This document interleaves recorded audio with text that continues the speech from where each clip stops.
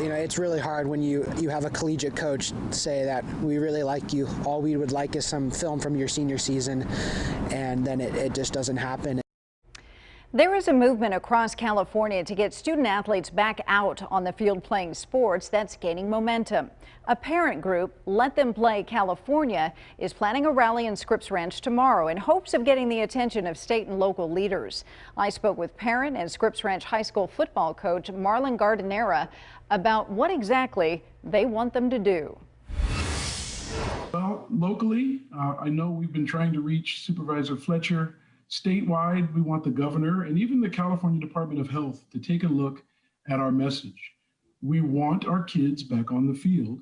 And for those of us who are coaches and parents, this is a data-driven decision. There are 40 states who've allowed their children to play sports. So we have access to information about the spread, quite frankly, of COVID when children are playing. So we want to know why they aren't looking at that data, and when they do, I think they're going to find out that kids are safer in the structured, supervised environments than they are just roaming the streets and hanging out at their friends' houses. I can tell you, we've been practicing since June, and we haven't had a single case of COVID come from football. We are aware of cases in our community with teenagers, but we understand the difference in that we're taking precautions.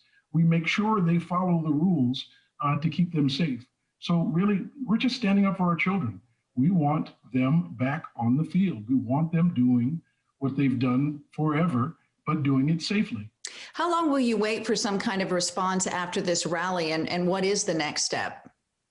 Well, the rally hopefully will draw lots of attention and remind people that there is a safe way to play sports. We want to reach the decision makers now. We'd like our kids back out there now.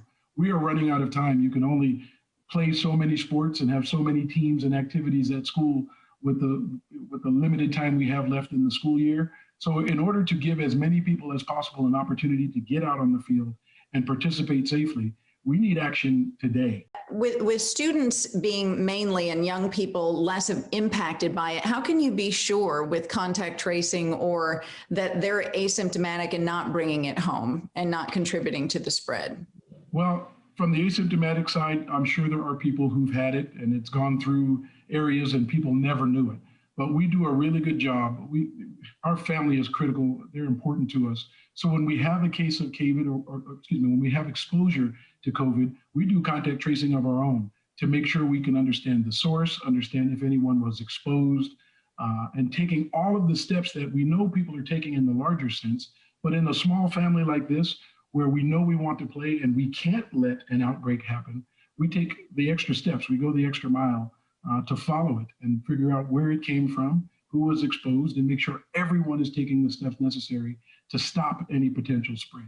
Let me ask you, do you have any concerns about pushing to get kids back on the field or back on the court, however it is that they play a sport, and one of them gets deathly ill? I mean, do you have concerns about that? We do. Listen, I'm a parent first, coach second. So I would never ask anybody else to put their kid on the field if I wasn't willing to do it myself. What I have to weigh all concerns against are anxiety and depression. I know those things are real. I see it, I can feel it, I hear about it. I get calls from parents asking us to help, what we can do. I've had calls from parents asking if we could do more activities to get their children out and have physical activity and limit the isolation. But we, like everyone else, do not want to be a part of outbreaks. We do not want to have cases emanate from what we're doing. That's why we take the steps that we have. And that's why we're counting on the data from the places that have already done it to show they are less likely to spread COVID in our environments than they are in their own community.